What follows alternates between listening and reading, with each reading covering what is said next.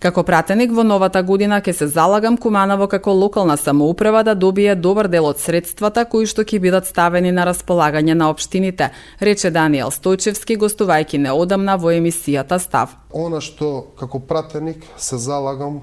тоа е средствата кои што ќе бидат алоцирани до општините, кои ќе бидат ставени на располагање на самите општини, да добар дел од тие средства бидат упатени во Куманово. Бидејќи Куманово во изминатите, можем да кажем и децени, како локална самоуправа е заложник на владините политики. Без разлика дали тоа било во претходниот период ВМРО-ДПМН или во последниот период СДСМ, секогаш некако владите се осветуваа на кумановчани поради несогласувањата кои што ги имаше централната власт со локалната самоуправа.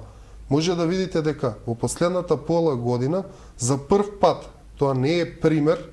да кумановци се заложник на владата и за прв пат во Куманово се пуштаат директни средства во износ од 4,5 милиони евра. Гласавме сега буџет, ќе има нови дополнителни 100 милиони евра, каде што ние како општина Куманово ќе аплицираме и ќе добиеме добар дел од тие средства. Нели Македонија му должи на Куманово, многу политичари стоја и на градскиот плоштад, стоја и беа и присутни во вашата телевизија и тоа го говореа, но никој не им се раздолжи на кумановчани. Затоа сега ние ќе имаме проект кој што ќе се спроведува во износ од 4,5 милиони евра. Всушност се работи за 3 проекта кои што ќе се спроведуваат во наредниот период, а тоа е доизградба и целосно уредување на индустријската зона,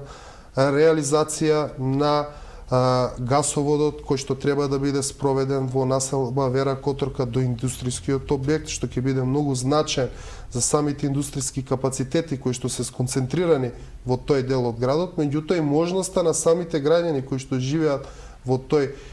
дел на градот да го користат тој природен ресурс и решавање на еден горлив проблем со атмосферската канализација на улица Бајрам Шабани, кој што представува сериозен проблем на граѓаните кои што живеат во тој дел на градот.